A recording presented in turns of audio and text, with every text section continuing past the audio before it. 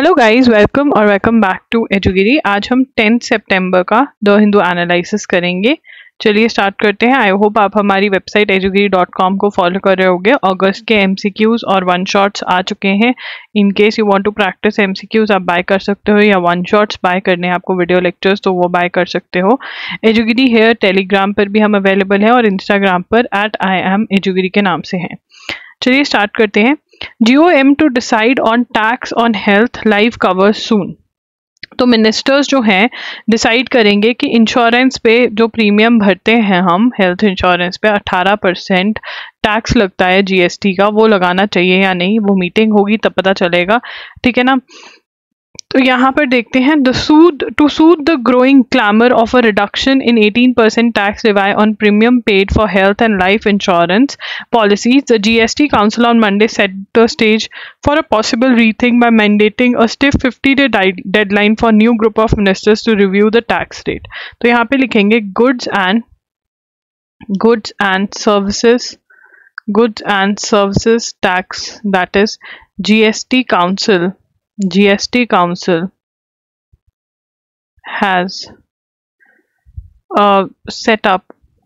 has asked group of ministers GOM to review GST on insurance. जो health insurance पे 18% GST पे करते हैं वो रिव्यू करें। ये किसको बोला है? ग्रुप ऑफ मिनिस्टर्स को बोला कि आप देखो कि वो लगाना चाहिए 18% टैक्स या नहीं लगाना चाहिए, ठीक है ना। इंश्योरेंस, हेल्थ इंश्योरेंस में the council chair union finance minister, ठीक है ना। GST काउंसिल चेयर कौन चेयरपर्सन है? Chairperson of GST council is Union Finance Minister। Now this is a PYQ, Finance Minister, this is a PYQ। ये पहले आ चुका है बहुत सारे एग्जाम में कि GST के चेयरपर्सन कौन है। दिस इज अ PYQ, ठीक है, तो इसको मार्क कर ले। उसके बाद set the matter was discussed extensively with state ministers and many questions arose including on whether the tax should be. अब यहाँ पर 18% जो GST इंश्योरेंस पे लगाया जा रहा है, अब ये उस पर डिस्कशन हुई क्या उसको कम कर दें या उसको स्क्रैप ऑफ ही कर दें, बिल्कुल ही खत्म कर दें। तो देखते हैं क्या होता है। अभी GOM जो है वो डिस्कशन करेगी और अभी आज की डेट में 18% इंश्योरेंस पे GST लगता है, ठीक है। उसके बाद work done so far by 3-year-old ministerial group on rationalising various GST rates and slabs and it decided to include more members. अब यहाँ पर जो मिनिस्टर्स का ग्रुप है उसके अंदर और मेंबर्स को ऐड किया गया ताकि वो रिव्यू कर सके बहुत सारी और पॉलिसीज टैक्सेशन पे। Meanwhile the panel on rate rationalising is expected to meet. A new ministerial group is also being form to deliberate on the future of GST compensation cess. अब यहाँ पर एक और चीज है, that is GST compensation cess.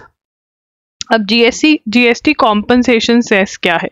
तो जब GST लेकर आए, that is goods and services tax लेकर आए, तो ये सेंट्रल गवर्नमेंट कलेक्ट करती है GST, सेंट्रल गवर्नमेंट के पास जाता है ये सारा।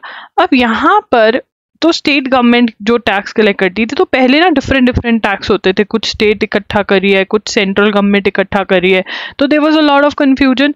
पे करने वाले को भी दिक्कत होती थी, इकट्ठे करने वाले को तो चलो इतनी नहीं थी, बट हाँ जो पे कर रहे थे उनको बहुत ज़्यादा कन्फ्यूजन थी। तो अब इसका मिला करके एक ही टैक्स बना दिया गया जिसको GST बोला जाता है, और जो सेंट्रल गवर्नमेंट कलेक्ट करती है बट स्टेट को भी डिस्ट्रीब्यूशन होती है। अब स्टेट गवर्नमेंट ने कहा कि भैया हमें GST से कम पैसे आते हैं, मतलब जो हमें पैसा मिलता है वो कम आता है। तो इसके लिए क्या क्रिएट किया गया? कॉम्पनसेशन सेस क्रिएट किया गया कि एक हम कुछ पैसे उठाएंगे जो आपको देंगे, सो दैट जो आपका कम होता है GST से, जो आपका भरपूर जो पहले इतना भरता था आपका, ठीक है, वो अगर वो इतना पैसा नहीं तो एक मतलब कॉम्पनसेशन के तौर पे पैसा दिया जाएगा।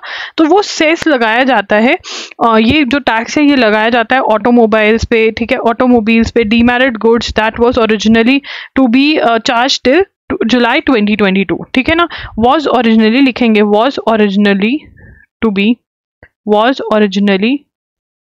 To be charge till July 2022, ये जुलाई 2022 तक चार्ज होना था, ठीक है। उसके बाद for making up states revenue losses in the first 5 years, for making up, for क्यों लगाया जाता है?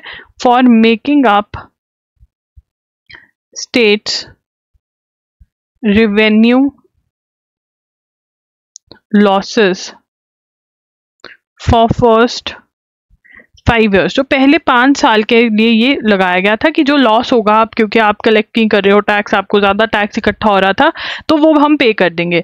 अब जो लिवाई है, अब जो ये सेस इकट्ठा करा जा रहा है कॉम्पनसेशन, ये मार्च 2026 तक इसको एक्सटेंड कर दिया गया है to repay special borrowings raise to compensate states.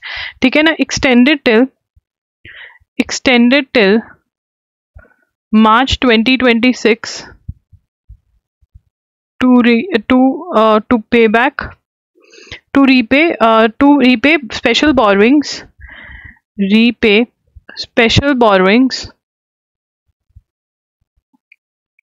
तो स्पेशल बोरोइंग्स जो पैसे उठाए गए कि स्टेट्स को पैसे पे कर सके, उनको पे करने के लिए, to compensate special borrowings, to compensate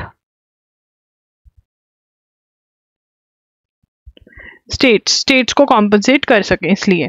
ठीक है ना, as cess collections have dipped during the covid pandemic, those borrowings may be repaid. तो अब इन्होंने पैसा उठाया, देखो जीएसटी की कलेक्शन कम हो गई ड्यूरिंग कोविड, तो उनको पैसे उठा करके स्टेट्स को देने पड़े। अब सेंट्रल गवर्नमेंट कह रही है हम इसलिए ये कॉम्पनसेशन इकट्ठा करें कि जो हमने पैसे उठाए हैं जहां से हम उसको पे बैक कर सकें। तो अब दूसरा क्वेश्चन ये भी है कि जीएसटी कॉम्पनसेशन सेस कब तक कलेक्ट होना चाहिए, कब तक नहीं, ये सब चीजें तो हमें पता होना चाहिए। जुलाई 2022 तक ये लागू रहना था। फर्स्ट 5 ईयर्स जो स्टेट्स को लॉस हुआ रेवेन्यू, ठीक है, इतना इकट्ठा नहीं होना था, तो उसके अंदर वो लॉस पे बैक करने के लिए था। और फिर ये एक्सटेंड कर दिया गया है मार्च 2026 तक। स्पेशल बोरोइंग्स जो सेंट्रल गवर्नमेंट ने उठाई टू पे कॉम्पनसेट स्टेट्स, वो रिपे बैक करने के लिए। ठीक है ना, तो जीएसटी कॉम्पनसेशन सेस के ऊपर भी एक मिनिस्टेरियल ग्रुप बनाया गया है। न्यू मिनिस्टेरियल ग्रुप फॉर्म्ड,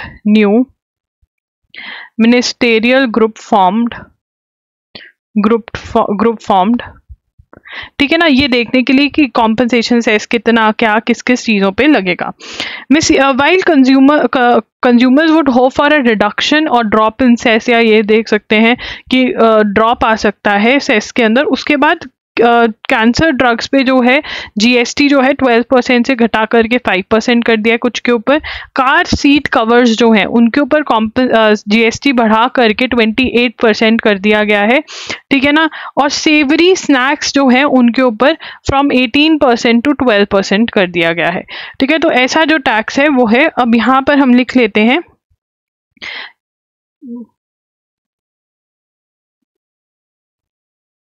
ठीक है, कितना कर दिया, 12% टू 5% रिड्यूस कर दिया। उसके बाद कार सीट कवर्स पे कितना कर दिया, बढ़ा दिया 28% फ्रॉम 18%। ठीक है ना, 28% जीएसटी फ्रॉम 18%। आगे चलेंगे, प्रधान stalling trade charges over implementation of NEP. What is NEP? That is new education policy. अब न्यू एजुकेशन पॉलिसी के अंदर सबसे ज्यादा किस चीज के ऊपर फोकस किया गया है कि रीजनल लैंग्वेज में बच्चों को पढ़ाया जाए, मदर टंग में बच्चों को पढ़ाया जाए, मदर टंग के अंदर बच्चों को पढ़ाया जाए। What is mother tongue? Mother tongue जो बच्चे बोलते हैं, घर पे लैंग्वेज बोलते हैं, जो उनके रीजन में वो लैंग्वेज बोली जाती है, उसमें बच्चों को पढ़ाया जाए। That is new education policy. ठीक है, अब न्यू एजुकेशन पॉलिसी के अंदर वो कह रहे हैं तमिलनाडु जो है उसको इम्प्लीमेंट नहीं कर रहा है, तो तमिलनाडु को बोला जा रहा है तुम इम्प्लीमेंट कर लो। तमिलनाडु कह रहे हैं क्योंकि हम इम्प्लीमेंट नहीं कर रहे, ये लोग समग्र शिक्षा का जो स्कीम है उसके अंदर हमको पैसे नहीं दे रहे हैं। ठीक है ना, तो एजुकेशन मिनिस्टर कह रहे हैं कि भाई तुमने ही सबसे ज्यादा बोला था कि मदर टंग में पढ़ाओ, लैंग्वेज इंडियन लैंग्वेज में इसमें पढ़ना चाहिए, अगर हम स्कीम लेकर आ रहे अब तुम लागू नहीं कर रहे हो। ठीक है ना, तो ऐसा तमिलनाडु और सेंट्रल एजुकेशन मिनिस्टर जो है उनके बीच में ऐसा वो चल रहा है। ठीक है ना, तो कौन सी स्टेट जो है वो न्यूज में है with regard to NEP implementation कि वो इम्प्लीमेंट नहीं कर रही है, वो है तमिलनाडु। इतना आपको बताना चाहिए और ये एक इंपॉर्टेंट क्वेश्चन बन गया क्योंकि बहुत ज्यादा डिस्कस हो रहा है। राइट, आगे चलेंगे, तो regulatory reform stuck in a loop in health ministry. अब रेगुलेटरी जो रेगुलेशंस हैं वो इतने अच्छे से नहीं आ रही हैं, ऐसा बोला जा रहा है। तो यहाँ पर ड्रग्स कंट्रोलर, एक minute, drugs controller general of India जो है, working under the direct control of ministry of health and family वेयर, announce policy initiative on 3 issues. वो कह रहे हैं कि इनिशिएटिव्स तो ये लोग बहुत अनाउंस कर रहे हैं बट एक्चुअल एक्शंस जो हैं वो इतने अच्छे नहीं है, एडिटर कह रहे हैं। अब जैसे वो क्या कह रहे हैं कि लिखना नहीं, पहले समझेंगे। Recall guidelines. अब रिकॉल गाइडलाइंस क्या होते हैं? कोई मेडिसिन है वो मार्केट में है, उसकी टेस्टिंग हुई, वो सही नहीं निकली, तो वो मेडिसिन वापस बुलाना, तो उसको रिकॉल गाइडलाइंस कहते हैं। और उनके लिए गाइडलाइंस निकालना कि भाई अगर टेस्टिंग नहीं होती with in so many days आपको करना पड़ेगा, ये स्टेप्स लेने पड़ेंगे। उसके बाद गुड्स डिस्ट्रीब्यूशन। गुड्स डिस्ट्रीब्यूशन क्या है? स्टोरेज कैसे होगी मेडिसिन की, कोई पर्टिकुलर मेडिसिन है उसके बारे में रूल्स एंड रेगुलेशन, नहीं कर रहे हो तो क्या पनिशमेंट है। सिमिलर ब्रांड नेम्स, ठीक है ना। अब सिमिलर ब्रांड नेम्स में आपको मिलेंगे, जो एक फीवर की मेडिसिन है उसका नाम कैंसर की मेडिसिन से मिलता जुलता है, which is again not right, ठीक है ना। तो ये सारी गाइडलाइंस तो आती रहती है बट उनको कोई फॉलो नहीं करता है ज्यादा, ये बोल रहे हैं एडिटर, ठीक है। तो यहाँ पर ड्रग्स कंट्रोलर इसकी फुल फॉर्म एग्जाम में आ सकती है, controller general of India, that is DCGI, ठीक है ना। अगेन जितने भी आपके ऋषि के मेंस के एग्जाम है उसमें ये बहुत ज्यादा इंपॉर्टेंट है, ठीक है ना। और ये किसके अंडर वर्क कर रही है? वर्किंग अंडर डायरेक्ट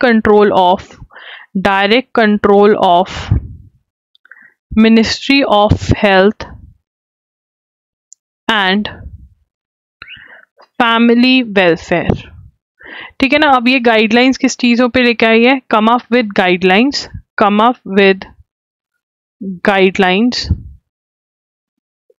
कौन कौन से? On 3 issues. कौन से 3 इश्यूज के ऊपर ये गाइडलाइंस लेकर आए हैं? वो कौन कौन से इश्यूज हैं? Recall guidelines. कौन कौन से इश्यूज हैं? Recall guidelines, guidelines on good distribution, guidelines on good distribution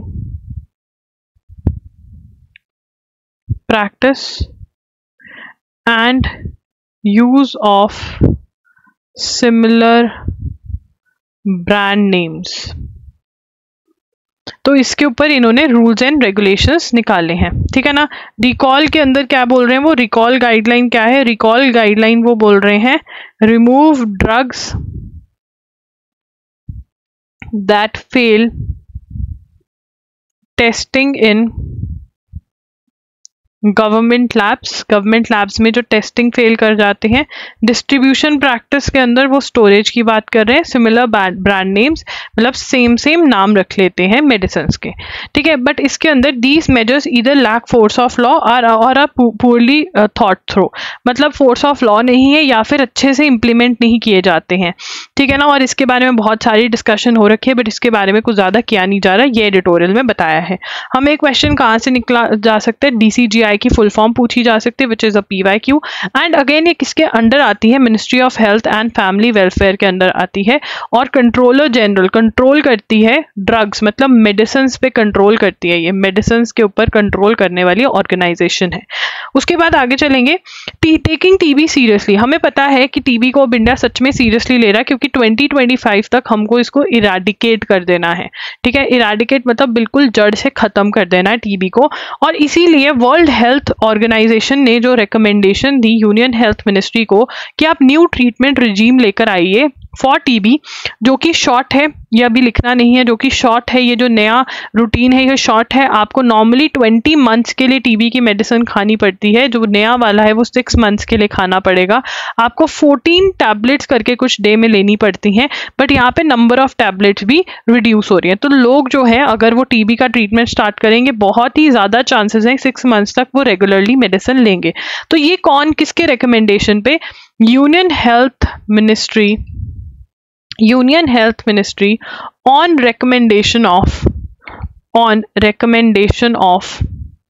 on recommendation of World Health Organization,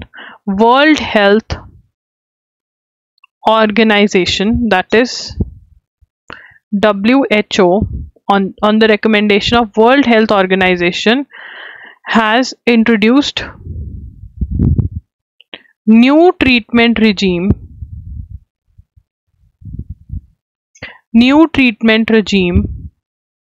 for TB, that is tuberculosis. ठीक है जी, ये हम ऑलरेडी पढ़ चुके हैं। यूएन सस्टेनेबल डेवलपमेंट गोल्स की बात हम बार बार कर रहे हैं इस महीने। ठीक है ना, यूएन एसडीजीज के बारे में हम बार बार बात कर चुके हैं। That is UN stands for United Nations and sustainable development goals. Sustainable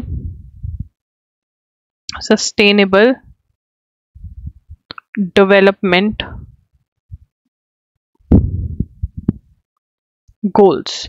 Now what are sustainable development goals? Sustainable development goals, sustainability का मतलब क्या होता है कि आप जो natural resources का usage है वो ऐसे यूसेज करिए नेचुरल रिसोर्सेज का कि आज की जनरेशन तो उसका अच्छा यूज करे ही करे, बट आने वाले टाइम में जो जनरेशन है वो भी उसका अच्छा यूज करे। तो सस्टेनेबल डेवलपमेंट गोल्स ऐसे होने चाहिए। तो इन्होंने मेंबर नेशंस के लिए डेवलपमेंट गोल्स सेट कर लिए हैं। ठीक है, मेंबर नेशंस जो हैं वो फॉलो कर मतलब ये ट्राई करेंगे अचीव करने के लिए ये गोल्स 2030 तक।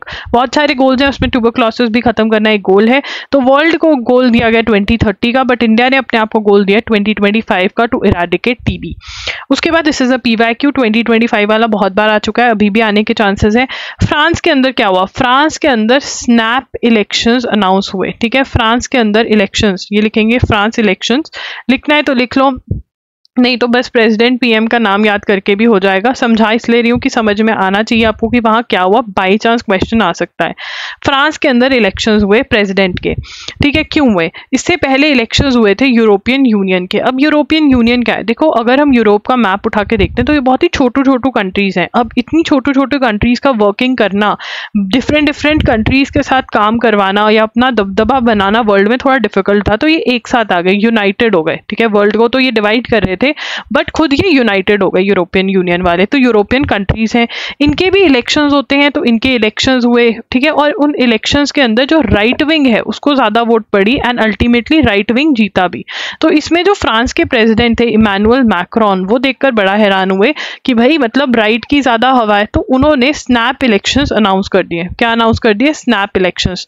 Now what are snap elections? Snap elections मतलब इमीडिएट इलेक्शंस। इलेक्शंस ड्यू नहीं है। देखिए, हर सरकार का टाइम पीरियड होता है, जैसे इंडिया में 5 इयर्स है कि 5 साल तक सरकार चलेगी। अगर सब कुछ सही चला तो 5 साल ड्यूरेशन रहती है सरकार की।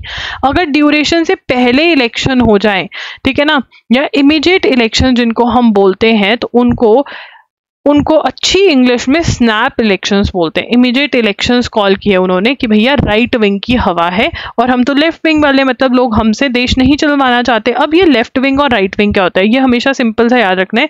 लेफ्ट विंग कहते हैं इक्वालिटी, ह्यूमन राइट्स की बात करेंगे। राइट विंग वाले कहते हैं भैया पहले हमारे लोगों का भला करो। ठीक है ना, दूसरे लोगों का छोड़ो, पहले हमारे देश हमारा सब। तो वो इक्वालिटी और ह्यूमन राइट्स को छोड़कर अपने लोगों के बारे में ज्यादा सोचते हैं राइट विंग वाले। ठीक है, अब राइट विंग का था तो इन्होंने इलेक्शंस अनाउंस कर दिए। तो अब इलेक्शंस हो चुके हैं और रिजल्ट आ गया है। नो पार्टी हैज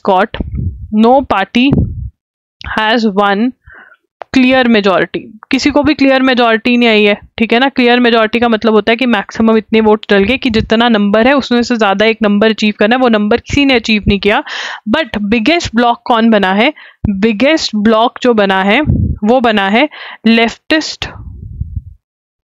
वो बना है majority with leftist new popular front. Leftist new popular front, तो यहाँ पे लेफ्टिस्ट को मिल गया।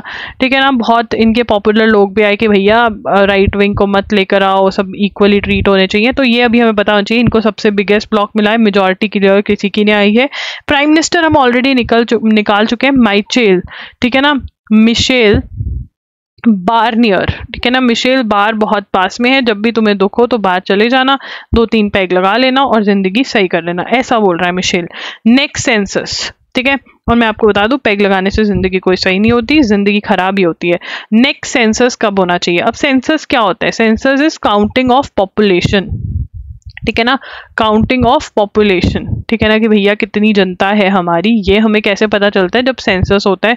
इसमें साथ साथ में बहुत सारी इंफॉर्मेशन के लिए क्वेश्चन भी होता है, भाई तुम कौन सी लैंग्वेज बोलते हो, तुम्हारे बच्चे हैं, तुम मैरिड हो या नहीं हो, बहुत सारी। और इसी इंफॉर्मेशन के बेसिस पे वेलफेयर स्कीम्स बनाई जाती हैं। वेलफेयर स्कीम्स मतलब हमारी भलाई के लिए जो स्कीम सरकार लेकर आती है वो इसी के ऊपर बेस्ड होती है कि हमारी दिक्कतें क्या है, वो सेंसस से पता चलता है। अब सेंसस कब होना था? सेंसस 2011 में लास्ट सेंसस हुआ है। नेक्स्ट सेंसस जो ड्यू था वो कब था? 2020 2021 में, तब कोविड आ गया। अब कह रहे हैं कि सेंसस होगा, बहुत जल्द होगा, एंड यही इस एडिटोरियल में बात करी हुई है, और कुछ बात नहीं करी हुई है। ये बताया कोविड-19 पैंडेमिक आ गया, 2021 में सेंसस नहीं हुआ, अभी 18 महीनों में सेंसस हो सकता है कंप्लीट, और फिर हमें डाटा जो है 2026-27 तक मिल जाएगा, ठीक है ना। तो हमें पता होना चाहिए इंडिया में लास्ट सेंसस कब हुआ था, 2011 में। संस्कृत डे सेलिब्रेट किया अगस्त 19 को, तो यहाँ पे लिख लेंगे Sanskrit day celebrated in India, ठीक है। अब संस्कृत डे कब होता है ये सबको पता होना चाहिए, 19 अगस्त को संस्कृत का दिन होता है, ठीक है। 19 अगस्त को संस्कृत दिन होता है। त्वम एवं, जो मेरी संस्कृत बहुत ही बेकार है, सच में बहुत ही मुश्किल है, जो 9 तक भी पढ़ी है वो मुझे पता कैसे पढ़ी है, बस मतलब बहुत ही बेकार थी वो बेचारी टीचर भी जो बोलती मुझे समझ नहीं आता था। और जितनी मुझे मतलब संस्कृत तो बहुत ही, पर मुझे मज़ा आता है, बोलकर मज़ा आता है, लिखने में बहुत मज़ा नहीं आता। तो संस्कृत डे 19 अगस्त तक सेलिब्रेट किया गया, तक नहीं 19 अगस्त को, ठीक है। उसको रिचनेस, उसकी वो सारी कल्चरल ये सब। अब इसके अंदर सबसे जो इम्पोर्टेंट पॉइंट है, ये oldest, one of the oldest language in the world है, one of the oldest language in the world, ठीक है ना। और ये हम क्यों, मतलब बहुत इंपॉर्टेंट है, हमारी लैंग्वेज है, भाषा है हमारी, तो उसको सेलिब्रेट किया, इससे और क्वेश्चन नहीं बन सकता है, ठीक है। उसके बाद India status report on road safety 2024, क्या बात कर रहे हैं, India status report on road safety 2024, ठीक है ना, कि रोड कितनी सेफ है, कितने लोग मरी जा रहे हैं इन एक्सीडेंट्स की वजह से, ये बात करी हुई है। और ये प्रिपेयर किसने करी है, बहुत ही ज़्यादा इम्पॉर्टेंट हलवा क्वेश्चन, ट्रिप पे गए थे, ठीक है ना, वहाँ पे कुछ स्टूडेंट्स ट्रिप पे गए, ठीक है, उनको याद आया कि भैया रोड सेफ्टी पे बात करते हैं, और इतना अकल किस में है, तुम में, हम में नहीं, वो जो IIT दिल्ली में बैठे वो लोग, ठीक है ना। तो ट्रिप एट, उनका ट्रिप सेंटर है जो IIT दिल्ली वालों का, ट्रिप पे भी लेके जाते हैं और साथ में ये रिपोर्ट भी बना लाते हैं, ठीक है ना। दो काम, एक चीज से दो कार्य कर रहे हैं लोग। तो हमें याद रखना है इंडिया स्टेटस रिपोर्ट, इंडिया का status report on road safety 2024 कौन लेकर आए, this is a very very important question. ये क्वेश्चन इंपॉर्टेंट है, ये आपको एग्जाम में देखने को पक्का से मिल सकता है। अब यहाँ पे इन्होंने क्या हाईलाइट किया कि इंटरनेशनल से अगर हम कंपेयर करें तो इंडिया कहाँ तक ही पहुंचा है, और इन्होंने डाटा कहाँ से लिया, data taken from FIRs, taken from FIR, that is First Information Report, an audit of state compliance with Supreme Court directive. जो सुप्रीम कोर्ट ने डायरेक्ट किया हुआ है कि भैया ये होना चाहिए, वो होना चाहिए, उसका ऑडिट होता है, चेकिंग होती है, उससे भी इंफॉर्मेशन इन्होंने उठाई है, ठीक है ना। उसके बाद यहाँ पर बताया गया कि most Indian states are likely to meet United Nations Decade of Action for Road Safety Goal। अब decade for action road safety goal किसका है, यूनाइटेड नेशंस का है। यूनाइटेड नेशंस का क्या गोल है, decade of action for road safety goal, कि वो क्या कह रहे हैं कि 10 साल हम लगा रहे हैं कि हमको रोड को सेफ बनाना है, यूनाइटेड नेशंस ने ये गोल सेट कर दिया है। अब इस गोल के अंदर क्या है, वो कह रहे हैं हाफ ट्रैफिक डेथ्स बाय 2030, आधा कर देंगे 2030 तक ट्रैफिक से होने वाली डेथ्स, रोड एक्सीडेंट से होने वाली डेथ्स।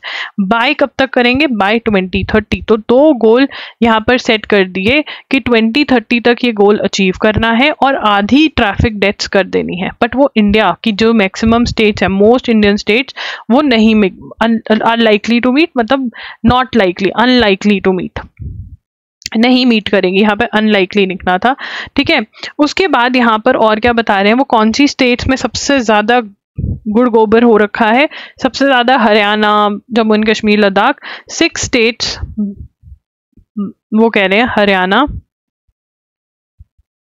जम्मू एंड कश्मीर, लद्दाख ये तो टेरेन की वजह से भी है।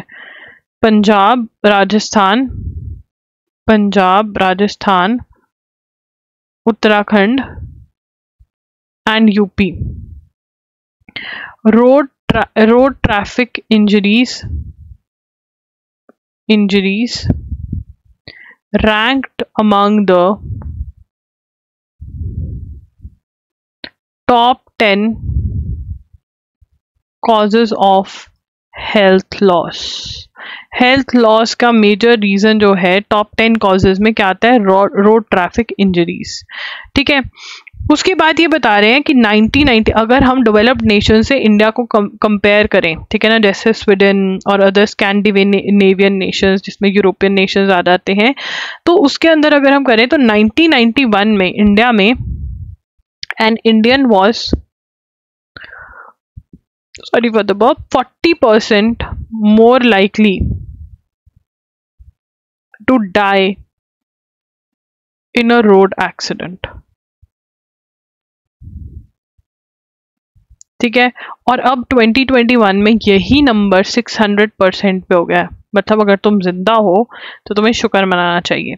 The report questions whether better equipped vehicles with more advance safety features are the solution given the two wheelers riders cyclist and motorcyclist represents the majority of road fatalities. मतलब ज्यादातर accident two wheeler cyclist और motorcyclist के होते हैं, तो क्या better equipment vehicles लेकर आने चाहिए? ये भी क्वेश्चन पूछा जा रहा है। ठीक है, so this is the report, important है, रिपोर्ट्स में से क्वेश्चन आते हैं। The role of district agro met office in supporting farmers. अब यहाँ पे क्या है, लिखना नहीं अभी, तो हमारे ये एडिटोरियल में क्या बोला हुआ कि हमारे जो देश के फार्मर्स हैं उनका वो स्मॉल फार्मर्स हैं, छोटे एरिया से आते हैं। ठीक है, और क्योंकि वो स्मॉल फार्मर्स हैं वो रेन पे डिपेंड करते हैं फॉर वाटर। ठीक है, पानी तो चाहिए किसान को, और वाटर पे के लिए वो किसको डिपेंड करते हैं? रेन पे। ठीक है ना, अब अगर मैं किसी फार्मर को बता दूं कि 1 वीक बाद बारिश होने वाली है, तो फार्मर वैसे तैयारी करेगा, उसको कुछ लगाना है तो वो लगा देगा कि बारिश आएगी, चलो बारिश से वो उग जाएगा, है ना। तो ये मदद जो था ये एक सेंटर दे रहा था जिसको बंद कर दिया गया, अब वो सेंटर दोबारा से खोला जा रहा है। तो ये सेंटर क्या है, इसका नाम क्या है, कौन इसको दोबारा लेकर आ रहा है? इंडिया मीटियोरोलॉजिकल डिपार्टमेंट जो है IMD is planning to revive district agro meteorological units under the Gramin Krishi Mausam Seva scheme. तो लिखेंगे Indian meteorological department, that is IMD, is planning to revive district agro meteorology units, that is DAMUs under the ग्रामीण कृषि मौसम सेवा, that is GKMS scheme. अब यहाँ पर क्या लेकर आ रहे हैं? इंडियन मीटरोलॉजिकल डिपार्टमेंट वाले जो हैं वो रिवाइव करें, मतलब बंद कर दिया था किस चीज को? District agro meteorology units, district agro meteorological units जो मौसम के बारे में बताएंगे अंडर ग्रामीण कृषि मौसम सेवा स्कीम। ठीक है ना। अब ये कब इस्टेब्लिश हुए थे? IMD इस्टेब्लिश्ड 199 डैमूस इन 2018 में 199 ये सेटअप करे इन कोलैबोरेशन विद किसके साथ कोलैबोरेट किया? In collaboration with Indian council of agricultural research. क्या है? Indian council of agriculture research के साथ मिलकर IMD ने डैम्यूज खोले। ठीक है ना, वेदर वाले जो हैं। The aim was to use weather data to prepare disseminate sub district level agriculture advisories. In March DAMUs were shut down. ठीक है ना, अब मार्च के अंदर DAMUs were shut down. March 2024 DAMUs shut down. बंद कर दिए गए। अब इसके अंदर around 80% of the farmer in India small and marginal, they depend on drain. ठीक है, अब यहाँ पर क्या हुआ, the dam use were locally located within Krishi Vigyan Kendra, scientist and researchers trained in meteorology and agriculture were recruited in DAMUs staff. They used weather data provided by MD like rainfall, temperature and wind speeds to prepare agriculture advisories related to sowing and harvesting, usage of fertilizers and pesticides, irrigation, etc. These advisories were sent to millions of farmers across the country free of cost in local language twice a week. They were shared via text messages, WhatsApp groups, newspaper, and also through in-person communication from DAMU staff and KVK officers. Since these advisories provided weather information in advance, they helped farmers plan activities like irrigation. तो ये सब कुछ help करता था। तो अब यहाँ पर ये डैम्यूज क्या थे, कहाँ पर लोकेटेड थे, थर्ड पॉइंट लिखेंगे, डैम्यूज वर located within Krishi Vigyan केंद्र, केवीकेज में लोकेटेड थे। ठीक है ना, provided information about weather, provided information about weather and agricultural activities that should be taken. तो ये बताते थे कि भैया तुम सीड लगा दो, आज ये कर दो, वो सब बताते थे और फार्मर को फ्री में भेज देते। फिर ये बंद कर दिया गया, बट इससे बहुत हेल्प मिल रही थी। NITI Aayog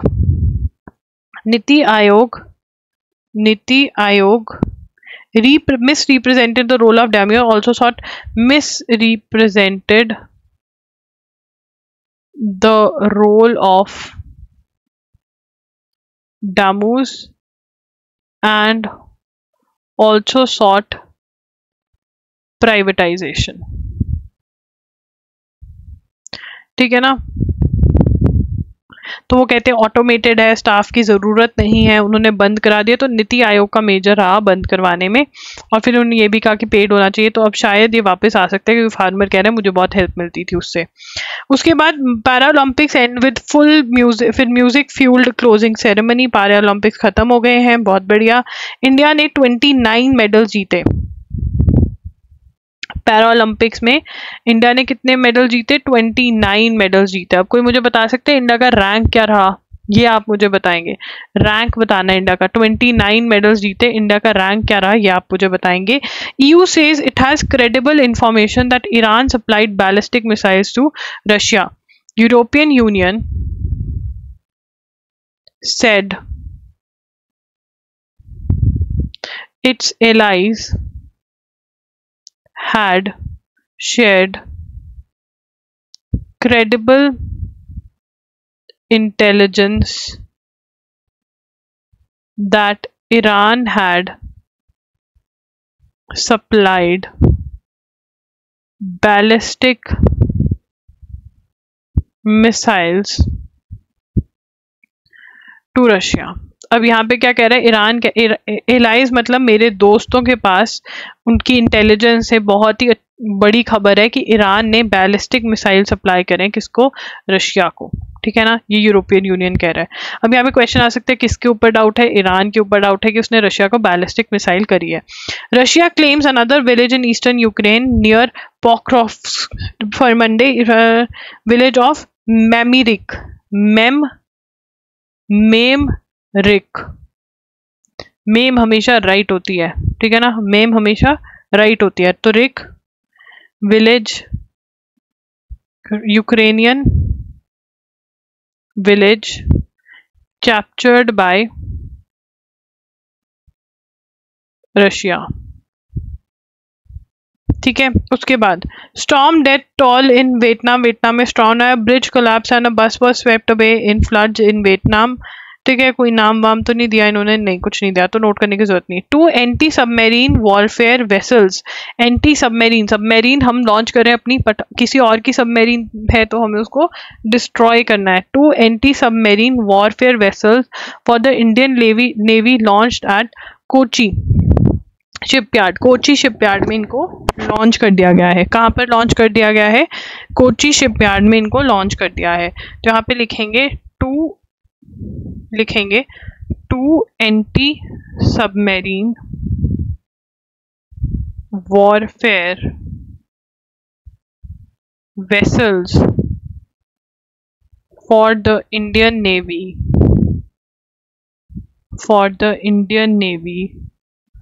launched at Cochin shipyard. क्या लॉन्च हो गया? Anti submarine warfare vessels. ठीक है, कहाँ पर लॉन्च हुए? कोचीन शिपयार्ड में। ठीक है, इंडियन नेवी के लिए है ये। अब इनके नाम क्या है? ठीक है, इनके नाम क्या है? अभी इनके नाम जो है INS मालपे, ठीक है, माल पे नजर नहीं डालने का, एंड INS मुल्की, मुल्क के लिए कुछ भी कर जाएगा, तो मुल्की और माल पे। ठीक है, द कॉन्ट्रैक्ट टू डिजाइन, ये लिखेंगे कॉन्ट्रैक्ट टू डिजाइन, ये ब्लैक से लिखना था, contract to design, construct and deliver the 8 ships was signed between Ministry of Defense and Cochin Shipyard Limited in April 2019। तो मिनिस्ट्री ऑफ डिफेंस, क्या हुआ था? मिनिस्ट्री ऑफ डिफेंस और कोचीन शिपयार्ड लिमिटेड ने अग्रीमेंट साइन किया था 2019 में। ठीक है ना, टू मेक 8, कितनी शिप्स बनानी थी? 8 शिप्स जो थी वो बनाने के लिए, राइट। उसके बाद द माहे class of ships will replace the, अब ये लिखेंगे द माहे, ये कौन सी क्लास है? माहे class of ships will replace the in-service Abhay class ASW corvettes and designed to undertake anti-submarine operation. Submarines, अभी कौन सी सबमेरीन हमने लॉन्च करी, कोई मुझे बता सकता है? अरिहंत के बाद। तो एंटी सबमेरीन को डिस्ट्रॉय करने के लिए माहे जो है वो क्लास शिप्स जो आएंगी वो किसको रिप्लेस करेंगे? अभय क्लास शिप्स को। ठीक है जी, ओके, ये हमें पता होना चाहिए, वेरी इंपॉर्टेंट, 100% ये क्वेश्चन आएगा। देखो यार, ये वाले क्वेश्चन 100%, हलवा है, माल पे, मुल्क से, मुल्की, क्या है इसमें, क्या दिक्कत है? Union Health Ministry on Monday confirmed that a person had tested positive for mpox caused by clade 2 strain of virus। clade 2 strain of virus, India में भी mpox का एक केस आ चुका है। India UAE ink pact for civil nuclear cooperation. Civil nuclear cooperation के लिए इन्होंने पैक्ट, ओहो ये वाली न्यूज़ रह गई, इसके नीचे तो कोई और न्यूज़ है, देखना पड़ेगा। चलो ये वाली हम कल लेकर आएंगे, फॉर श्योर कवर करेंगे। अभी आज जो है ना, ये है इंटरनेट आर्काइव का केस, ये समझ लेते हैं इंटरनेट आर्काइव का क्या केस है। ओके, इंटरनेट आर्काइव, तो इंटरनेट आर्काइव क्या है? ये डिजिटल लाइब्रेरी है। क्या है ये? It is a digital library. तो डिजिटल लाइब्रेरी से बुक इशू कर सकते हैं। तो इसमें क्या था कि मान लो एक फिजिकल लाइब्रेरी में, जिससे कि इंटरनेट आर्काइव ने कोई अग्रीमेंट किया हुआ है, वहाँ पे 2 बुक्स हैं, फिजिकल बुक्स हैं, हार्ड कॉपी हैं, तो उसका वो 2 बुक्स के बदले में 2 ऑनलाइन कॉपीज वो इशू कर सकते हैं। वैसे तो ऑनलाइन जितनी मर्जी कॉपीज इशू कर दो, सॉफ्ट कॉपी पे नंबर नहीं है, बट वो ऐसे नंबर उन्होंने लिमिट लगाया हुआ था और इनका सही चल रहा था। कोविड आया तो इन्होंने कहा जितनी मर्जी कॉपीज ले जाओ, तो इसके अंदर किसी कोई भी जितनी मर्जी कॉपीज जिसको चाहिए वो ऑनलाइन इशू करवा सकता है, कि कोविड आया हुआ है, लोग लाइब्रेरी नहीं जा सकते। तो इससे क्या हुआ, जो बुक सेलर्स हैं उनको बहुत ज़्यादा नुकसान होने लग गया कि भैया हमारी किताब कोई को खरीदेगा, जो इवन राइटर्स हैं उनको होने लग गया, तो उनके ऊपर केस हो गया। तो अब इंटरनेट आर्काइव को 44 मिलियन बुक्स एंड टेक्स्ट जो हैं वो रिमूव करने पड़े। ठीक है ना, तो इंटरनेट आर्काइव का ये केस है। ठीक है, तो यहाँ पर लिखेंगे internet archive, internet archive, that is IA, is a non-profit that has digitally archived, removed, digitally removed web pages, books and texts, books and texts, क्योंकि इनका केस हो गया था जिसका नाम है Hachette book group Inc versus internet archive. वो case ये हार गए थे। इन्होंने कोविड में ऐसे ही बहुत सारी बुक्स इशू करनी स्टार्ट करी थी, तो बुक पब्लिश कहता फिर हमारी किताब क्यों खरीदेगा, ऑनलाइन ही वो ले लेगा, ठीक है ना। तो ये पहले क्या करते थे, कंट्रोल्ड डिजिटल लेंडिंग करते थे। उसके बाद उन्होंने नेशनल इमरजेंसी लाइब्रेरी में ये फॉलो करना बंद कर दिया, तो ये इनको अब ये बंद, मतलब बहुत सारी चीजें डिलीट करनी पड़ी इंटरनेट आर्काइव वालों को। National security adviser Ajit Doval will attend a 3-day meeting of BRICS and BRICS plus high level security officials beginning on Wednesday in Russia. तो जब ये बिगिन होगी और जब यहाँ पे जो होगा वो हम लिख लेंगे कि ये करी है इन्होंने मीटिंग। आगे चलेंगे। In July external affairs minister met mister Wang, तो चाइना वालों से मिलने वाले हैं, तो इसलिए ये कह रहे हैं चाइना के साथ हमारी चीजें बहुत ऊपर नीचे चल रही हैं। अब यहाँ पे एससीओ जो है वो कहाँ पर हुई, अस्ताना में हुई, ठीक है ना। शंघाई कोऑपरेशन कजाकिस्तान में हुई थी, शंघाई कोऑपरेशन ऑर्गेनाइजेशन, ठीक है। उसके बाद centre science contract with hall for Su-30 MKI jet engine. Defence ministry on Monday signed a 26,000 crore contract with Hindustan Aeronautics Limited for 240 AL 31 FP aero engines for Su-30 MKI aircraft। तो लिखेंगे defence ministry signed contract with Hindustan Aeronautics Limited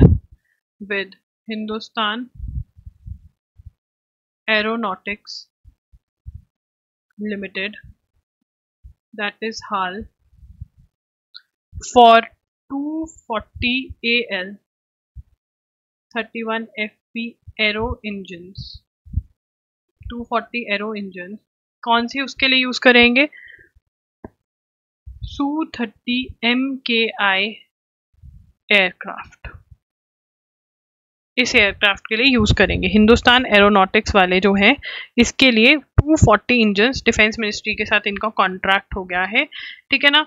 the Russian engines are assembled under licence by HAL in India, लिखेंगे Russian engines are assembled under license by HAL in India. The Cabinet Committee on Security approved the deal. The contract was signed by senior officials of Ministry and HAL in presence of Defence. ठीक है। These aero engines will be manufactured by Koraput division of HAL, ठीक है ना। In these aero engines will be manufactured by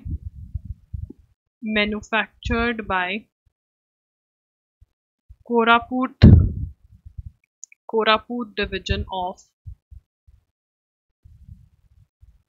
HAL, ठीक है। उसके बाद HAL are expected to fulfill the needs, sustainability fleet during manufacture. HAL plans to take up support from the country's defense manufacturing ecosystem, ठीक है। तो ये है। Now this again defense related news, again 100% expected कि कौन बना रहा है, किसके लिए बना रहा है। तो HAL बना रहा है, हिंदुस्तान एरोनॉटिक्स लिमिटेड बना रहा है, सुकोई के लिए बना रहा है ये, ठीक है। Su-30 MKI एयरक्राफ्ट के लिए एरो इंजन बना रहा है, ठीक है। 240 एरो इंजन्स कहाँ पे, इसकी कौन से कोरापुट डिवीजन में ये बनेंगे। ये रशियन इंजन्स जो हैं assembled under licence by HAL in India, ठीक है। ये है। उसके बाद आगे चलेंगे। CDS general Chauhan releases doctrine for amphibious operations. Amphibian water, हम यहाँ से गैस मार सकते हैं। एम्फीबियन ऑपरेशंस के लिए chief of defence staff general Anil Chauhan release the joint doctrine for ambitious operation during the chiefs of staff committee meeting. तो यहाँ पर chief of defence staff Anil Chauhan, general Anil Chauhan released joint doctrine for amphibious operations during the amphibious operations. क्या क्या है? joint doctrine, ठीक है. Doctrine is keystone publication which will provide guidance to commanders for the conduct of amphibious. ठीक है. The amphibious capability empowered the armed forces to conduct multitude of operation in the Indian Ocean region. ठीक है. Cohesion integration. अब यहाँ पर integration, ये साथ में ऑपरेशन करेंगे. कौन कौन? इंडियन नेवी, एयरफोर्स, ये सारे इंटीग्रेशन आ रहा है यहाँ पर. इंटीग्रेटेड कमांड्स की बात करें हम, एक साथ इंडियन एयरफोर्स, नेवी, आर्मी, ये सारे इकट्ठे आकर के दुश्मन के छक्के छुड़ाएंगे. ठीक है जी, आगे चले. So that's it guys. loggery.in पर अगर आपको कुछ भी खरीदना है .com पे या edugery.com पे जाकर के आप चेकआउट कर सकते हैं. अगस्त के MCQs, अगस्त के वन शॉट्स आ चुके हैं. आपकी जो 9 सितंबर की न्यूज़ है उसका बिल्कुल भी टेंशन मत लीजिए. ठीक है, वो आपको करवाई जाएगी. उसके अंदर मोस्टली तो जो है रेपिटेशन है, बट साथ साथ में मैं आपको थोड़ा थोड़ा कवर करवा दूंगी, तो आप बिल्कुल भी टेंशन मत लो. ठीक है, ये हो जाएगा आपका. That's it. एजुगरी signing off. I will see you tomorrow. Bye bye, take care.